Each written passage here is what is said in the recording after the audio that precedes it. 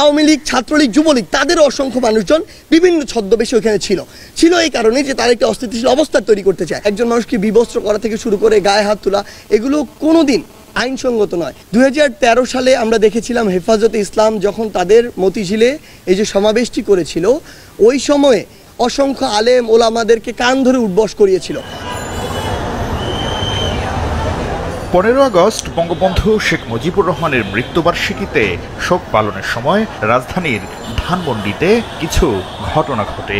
এ নিয়ে সামাজিক যোগাযোগ মাধ্যমে দেখা দেয় মিশ্র প্রতিক্রিয়া। শুক্রবার সকালে ঢাকা বিশ্ববিদ্যালয়ের অমর একুশে হলে এ বিষয়ে কথা বলেন বৈষম্য বিরোধী ছাত্র আন্দোলনের অন্যতম সমন্বয়ক সার্জিস আলম। বিপ্লব ঘটানোর সম্ভাবনা রয়েছে। বৃহস্পতিবার ধানমন্ডিতে ঘটে যাওয়া ঘটনাকে মানবতা বিরোধী আখ্যা দিয়ে তিনি বলেন, ছাত্র জনতার অর্জনকে বিতর্কিত করতেই আওয়ামী লীগ ও ছাত্রলীগ ছদ্মবেশে এসব ঘটনা ঘটিয়ে থাকতে পারে।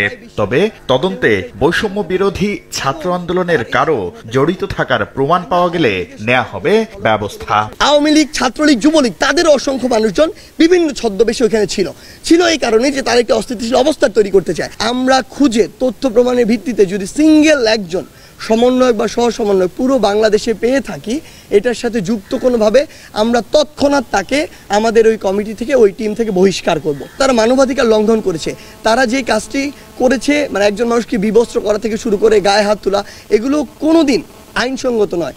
2013 সালে হেফাজতে ইসলামের সমাবেশকে কেন্দ্র করে আওয়ামী লীগের নির্দেশে পুলিশ ধর্মপ্রাণ মুসল্লিদের কানে ধরানোর মাধ্যমে এই সংস্কৃতির সূচনা করেছিল বলে অভিযোগ করেন সার্জিস।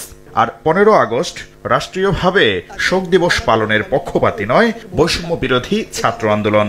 তবে কেউ ব্যক্তিগতভাবে শোক পালন করলে তাতে বাধা দেওয়ার বিপক্ষে তিনি।